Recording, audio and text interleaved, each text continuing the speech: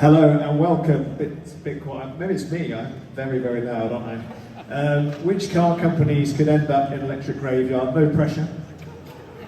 When we were asked if we do this, we were said, well, let's do it, and let's do it in front of all the car companies, because that will be really fun for us.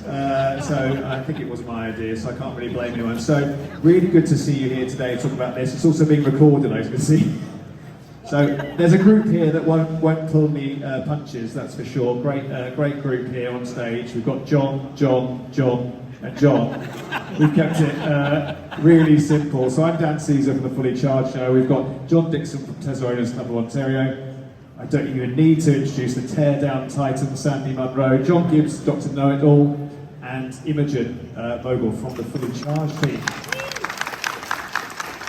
So what we do before these sessions is we take great pains to say, well, what questions would you like to ask? And those are all written down, but I can pretty much ignore them on this occasion, because this is a kind of a topic that just kind of carries itself along, I think. Now, first of all, I'd like to get the audience involved with these sessions, so I would like to ask, have you got an EV? Could you put your hand up if you've got an EV? Okay? Pretty good, okay? Now, can I put your hand up and say, maybe when you first got an EV, did you buy a brand that you'd never bought before? Could you put your hand up? So herein lies the problem. What we're seeing is a huge amount of conquests, as we call it, from one brand to another.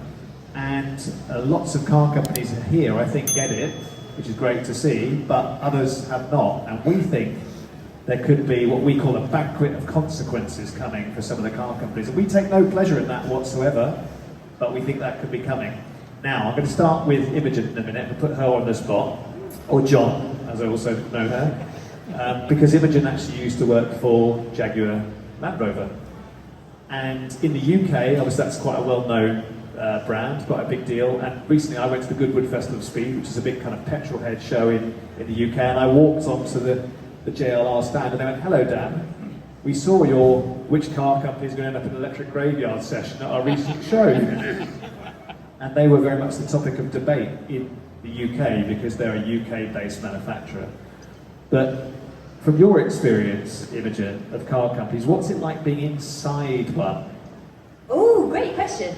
Do we have anyone else who works at an OEM here out of interest? Show of hands. Okay. It's really interesting. And I should say that my experience at Jaguar Land Rover was utterly incredible. I went there as a graduate engineer, so I was 21, 22 at the time, and I joined the aerodynamics team as a design engineer, and I worked very closely with the designers to work out how efficient should you make vehicles, which is quite difficult when you look at a Range Rover and it is essentially a brick punching through the air. But what that experience gave me is this phenomenal insight into a world in which you are creating such complicated things. Such complicated things that somehow all come together and make a vehicle, and I am still astounded that it is possible. But secondly, you are working with people who may be in that industry for 40 years. And change is scary, I understand that, and it also becomes very difficult to change course of a big, behemoth, bloated organisation in many respects, and change it onto a new path. The other challenge that you have as well is that you build this phenomenal community around a big industry. So in Jaguar Land Rover, it's based in an area called Gaydon, which is near Warwick in the UK, and everyone in that community works at Jaguar Land Rover, and if not Jaguar Land Rover, Aston Martin, and then a couple of people who work for National Grid. And it means that you end up having this very Warwick-centric view of the world, in which your world is Range Rovers and Jaguars, and it requires real bravery from that company to look out and think, no, this is what else is happening in the world and this is how we need to pivot. So it was a phenomenal experience, and I think that insight into how difficult getting agile decision making within a massive organisation is, and how easy it is to become sort of so centred on your direct experience of the world rather than looking up and taking notice of what's happening around you. So Sandy, you've been in the industry a minute or two longer than Imogen. Thank you. So, like, you must have been to like Wolfsburg and GM and all those kind of. I mean, did you work for? Was it GM or Ford you used to work for? I can't recall. Actually, the big OEM that I was actually employed by was Ford. So I started as a manufacturing engineer in an engine plant, and I worked my way up to basically executive role in finance staff. So go figure. So anyways, the thing that I'm not going to talk too much about those experiences, but the thing that I learned quickly was that I did not want to be on the management ladder. I wasn't good for politics. I wasn't cute. I didn't tell funny stories. I was definitely an engineer, and even though finally ultimately I got into finance staff, I knew what I knew, and I knew one thing for sure: I did not want to be a boss. I was happy to be on E-roll, but I was on the technical ladder. The guys that were in the other ladder, they were nasty. I was going to say nasty, but yeah. But anyhow, you have to have a different attitude. Actually, I just watched something on the plane coming up here, and it was called BlackBerry, right? And that guy that ran BlackBerry, yeah, that's picture 10,000 of those guys in one building. That's world headquarters. So I worked for them directly, but then almost everybody that you can see around here, we worked for in a corporate kind of way. So Ford is represented here, but so is BMW. That was a big customer for us. General Motors has been a big customer for us. Toyota, Nissan to some extent, Stellantis, before it was Stellantis, when it was Fiat Chrysler, we spent a lot of time with them, on and on and on. At the end of the day, they all have the same weakness. They fall into the automotive trap, and that is car career, decision making. If it's good for the car and it's good for my career, it's an easy path. If it's good for the car but it's risky for my career, not a chance. If it's bad for the car but it could be good for my career, I'm in all day long. And that, believe it or not, that's not a kidding kind of thing. That is what happens. So the bloating and some of the nasty decisions and basically the incredible amount of dragging of feet that you find from most of the guys that are in here right now, that's all the corporate culture. So I'm going to segue neatly from Ford, who I think we all agree of actually making a decent fist of it. We had Jim Farley on our podcast recently. They seem very committed. They've got some good product lineup. But let's go back to GM. The other big kind of elephant. They had the EV1. We all know what happened. If you haven't seen Who Killed the Electric Car, I highly recommend going to watch that on YouTube. And then we also know Toyota had an electric RAV4 for a brief time. But the EV1 and things like that inspired the beginnings of Tesla, right?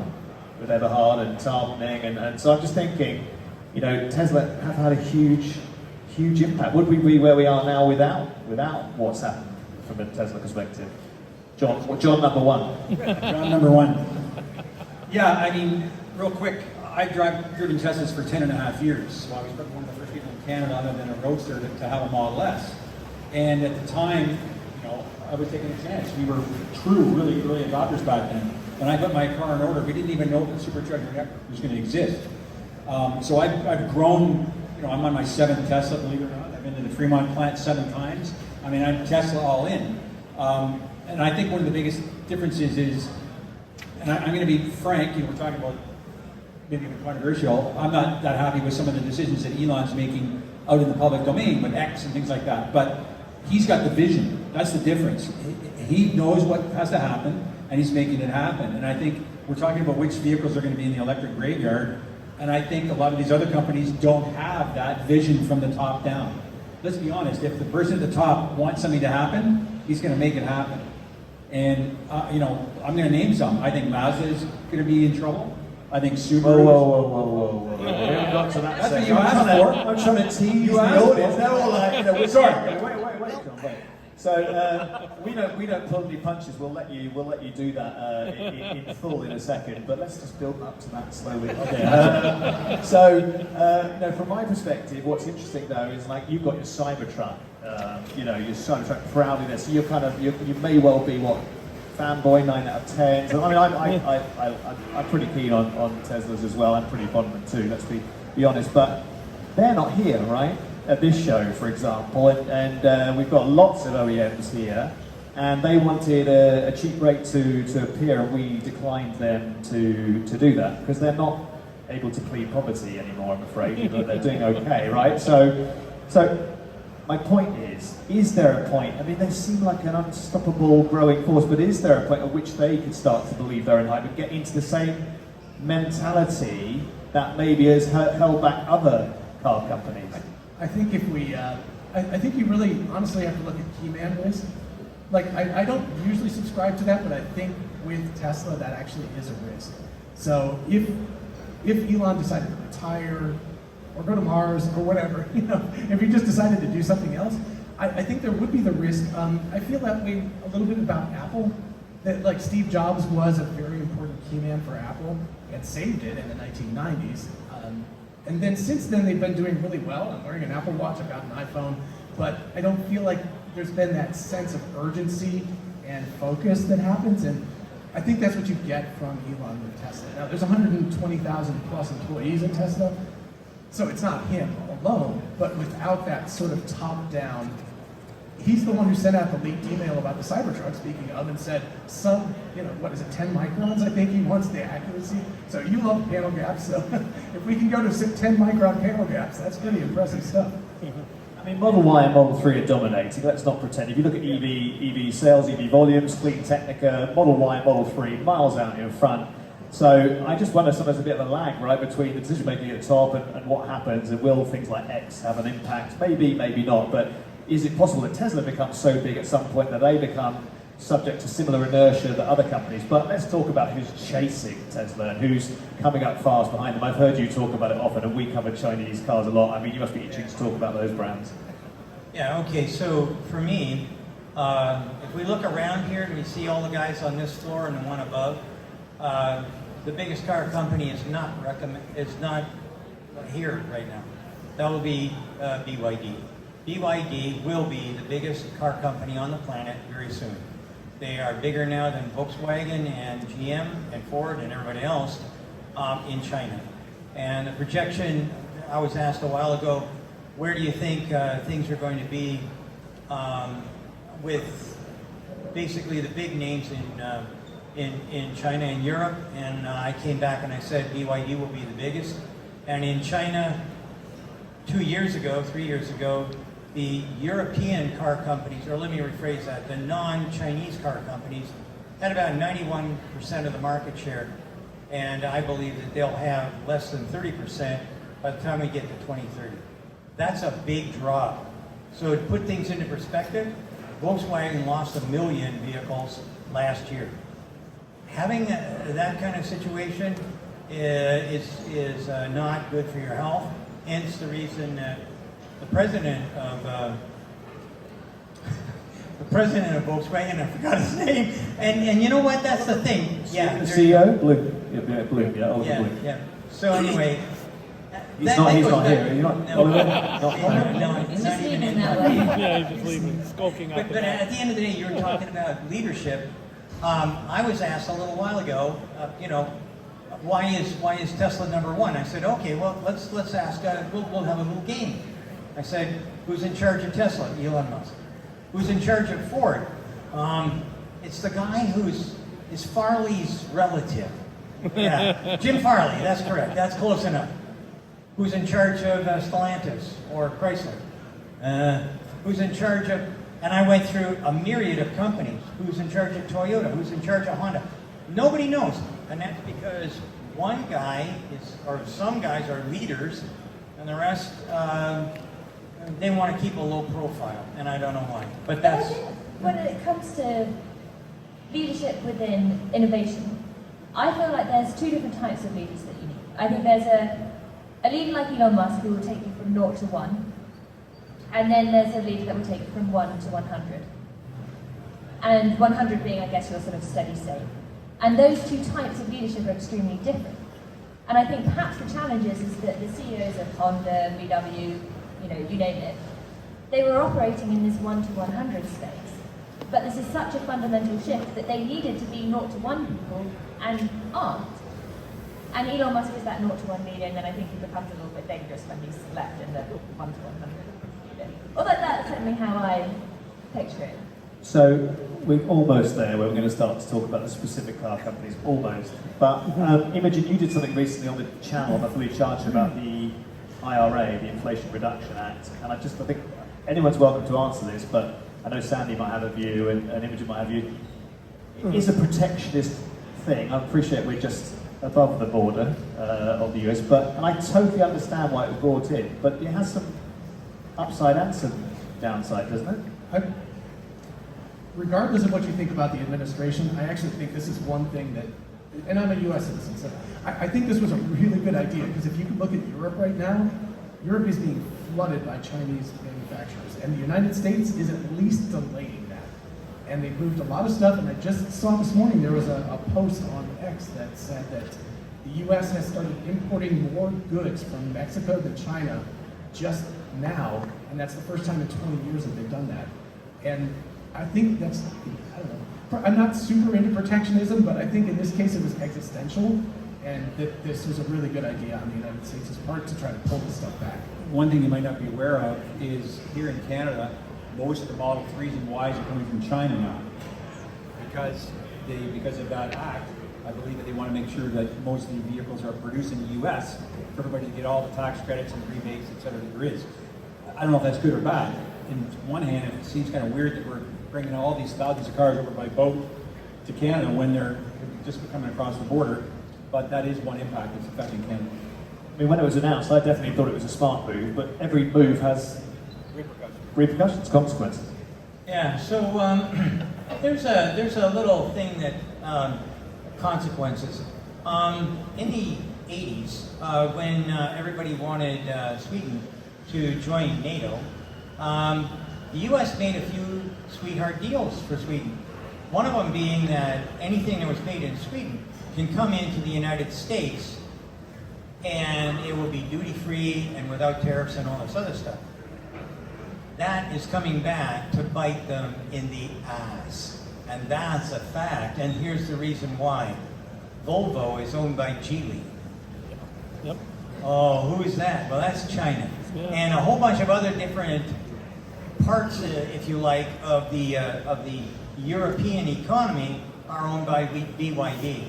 So that means that when you see that Volvo coming in, that is a Chinese vehicle.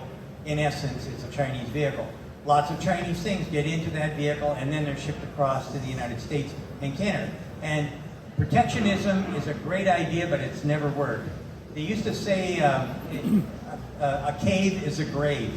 So if you think that you can survive by hiding in that cave and throwing rocks out, you're wrong. Sooner or later, you're going to need a drink of water or you're going to need something to eat.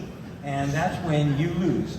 A cave is a grave. I don't believe, I'm an industrial, I don't know what you call that, but whatever it is, industrialist, is that the right word? What is Just it? free market capitalism. Capitalist, there's the word up there. Yeah, capitalist, I am. We do this session at most of our shows, but I need to rebrand it for next year. So next year it will be called "Is the Cave a Grave?" That might bring in a slightly different crowd, I'm thinking. But anyway, so in terms of this, fully charged line, Europe, which is our next stop, in Amsterdam, we probably have 25 car companies there, of which 15 to 18 will be from Japan, Korea, and the bulk will be either out-and-out Chinese brands like BYD, Neo, Zeekr, Voya, stuff you haven't even heard of yet, and also the stealth brands, MG, Polestar, etc. So yeah, it's kind of, you can't hide forever, can you, in your cave? So, right, let's get to the bit that everyone's really come for. Who wants to go first? Who do you think really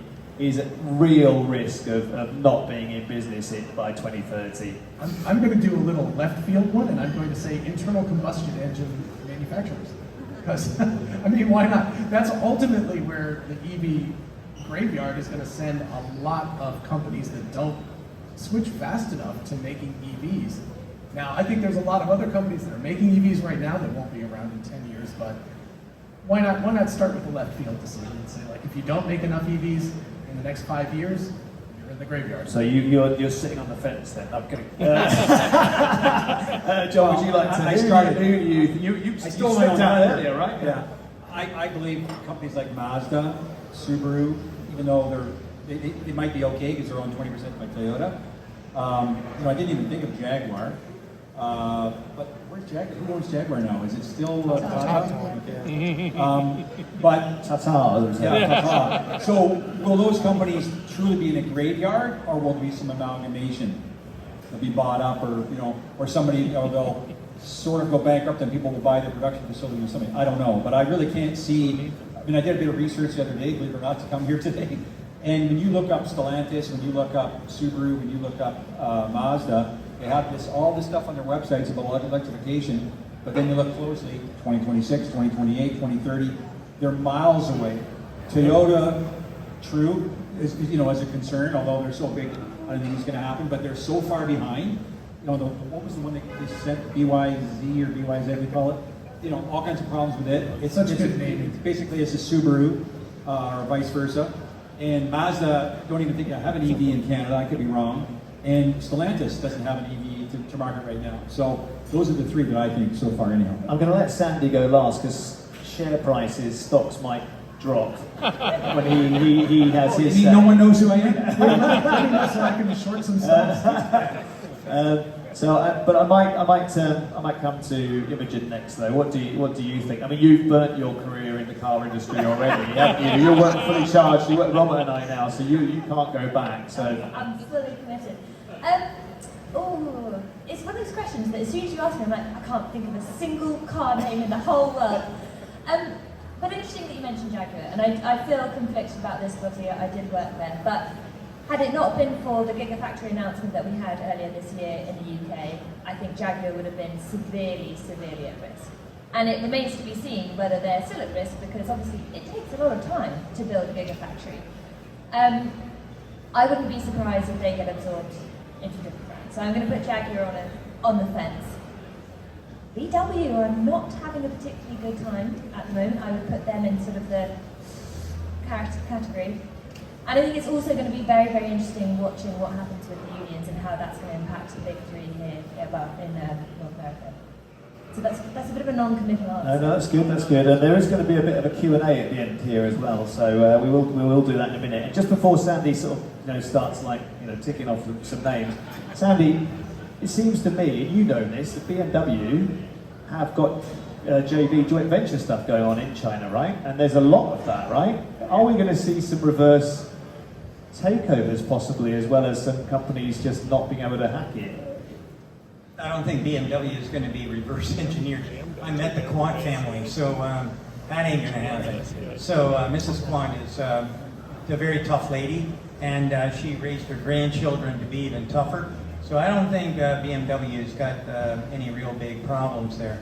I will tell you though, I did an i7 review, and I was shocked, pleasantly shocked, at what I got when they let me drive it around. It was the third BMW that I've driven, fourth that I've driven that's been an EV. So I had a BMW i3 when they first came out, and that definitely, from a technology standpoint, phenomenal. I was so impressed. Ugliest car on the planet. If they would have taken the same guys that designed the BMW i7 and put them on the BMW i3, there would not be a Tesla. And quite frankly, from a technology standpoint, and just underneath the radar, BMW probably got everybody fooled. Now, Fix the grills. it's the what?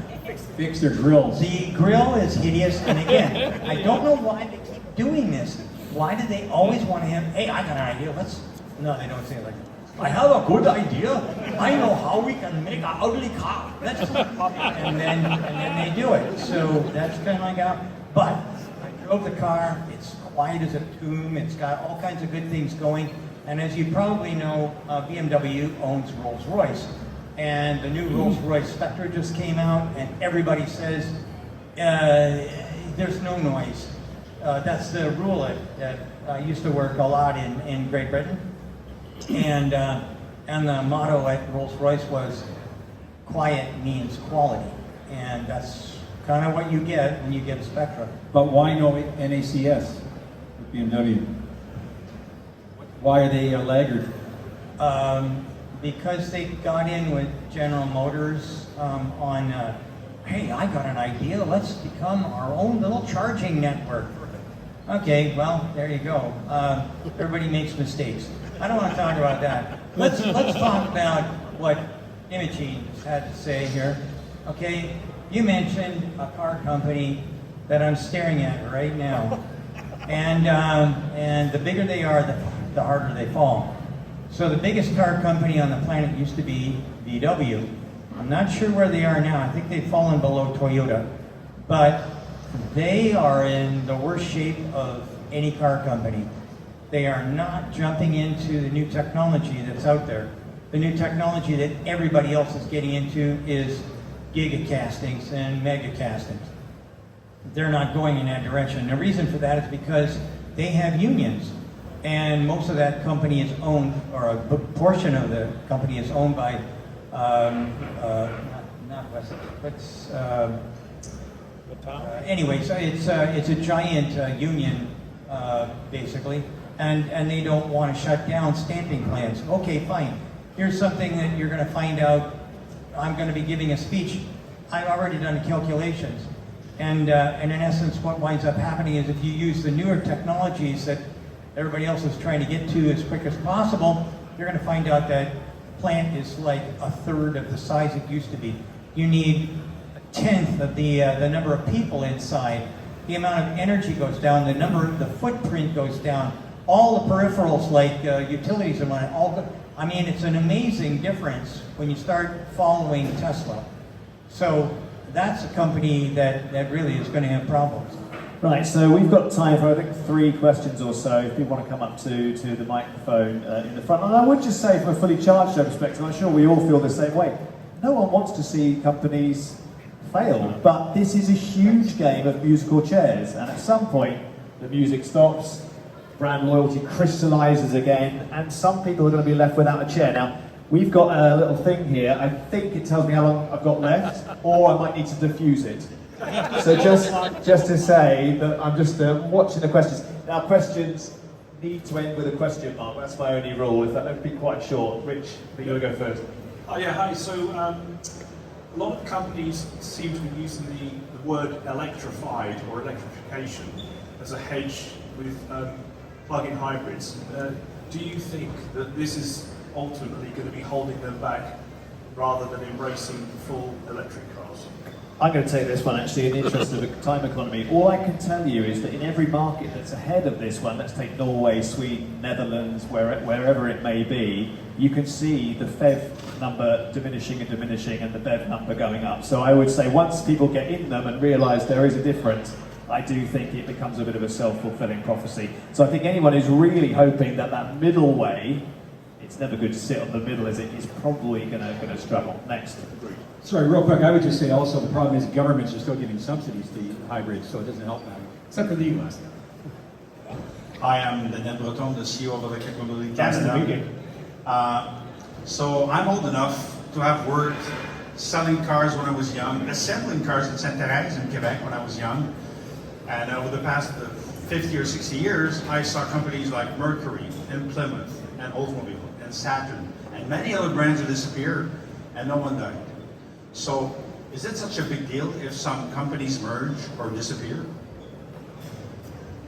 Okay, so I can answer a little bit of that. I don't think you'll see the companies disappear. I think what you're going to do is you're going to see them shrink. And so Volkswagen, again, they've already gotten it right from the top. We need to cut 30% because we've lost 30% of the market share. They'll shrink. They'll try and figure out some way of how to survive, but they definitely will get a lot smaller. Do you think they'll merge or some of them will buy the other one?